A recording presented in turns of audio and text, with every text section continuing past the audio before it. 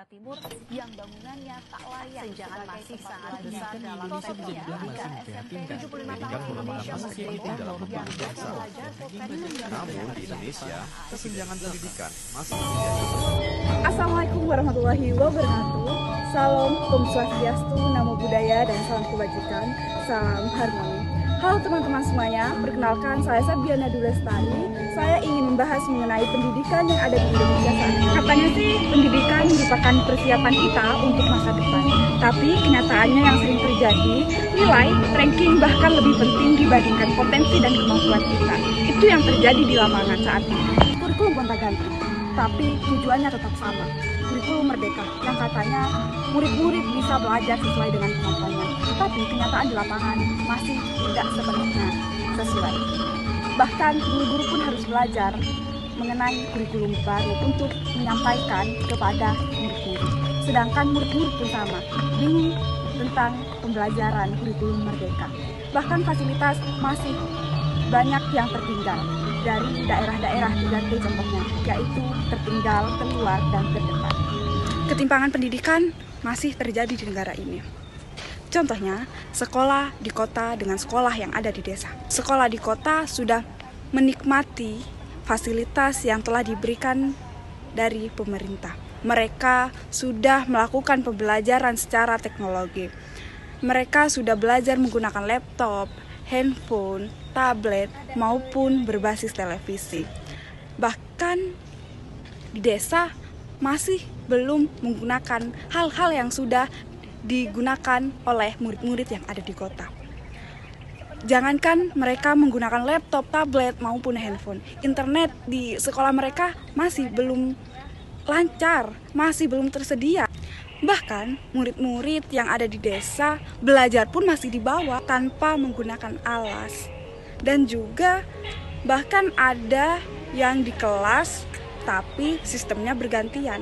Jadi tidak yang kelas 1, 2 itu tidak, bahkan kelas 1 sampai dengan kelas ini itu gantian dengan kelas-kelas yang lain. Bahkan juga atap kelas pun bocor. Bagaimana kita sebagai murid-murid, kita sebagai penerus bangsa itu bisa belajar dengan nyaman. Bahkan fasilitas pun pendidikannya masih belum merata gitu. Jadi bagaimana kita maju berkembang sama seperti murid-murid yang ada di Indonesia yang lain.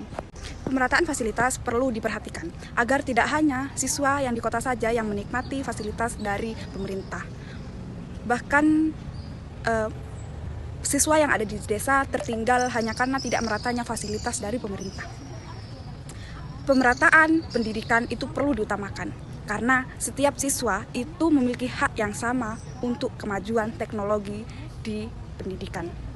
Karena setiap anak memiliki hak untuk belajar sama seperti siswa-siswa yang lain. Dengan pemerataan fasilitas dari pemerintah, saya berharap pendidikan di Indonesia akan menciptakan siswa yang berkarakter, cerdas, serta bermoral. Serta siap menghadapi perubahan dunia tanpa harus menghilangkan jati dirinya sebagai bangsa Indonesia.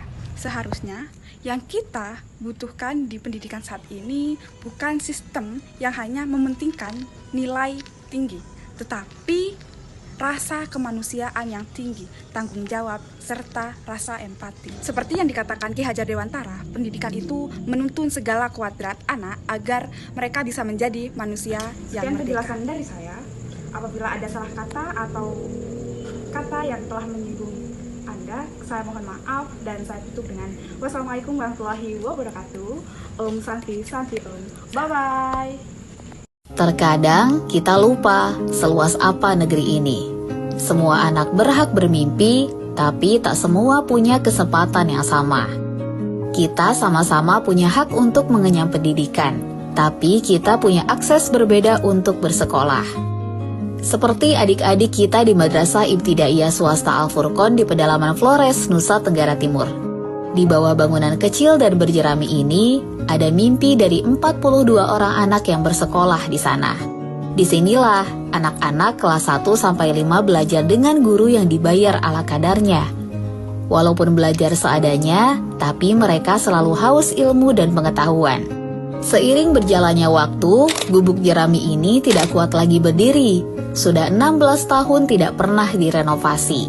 Kalau nanti runtuh, bagaimana nasib cita-cita anak-anak di sini? Ini satu-satunya sekolah dekat rumah mereka. Satu-satunya tempat mereka mengejar cita-cita.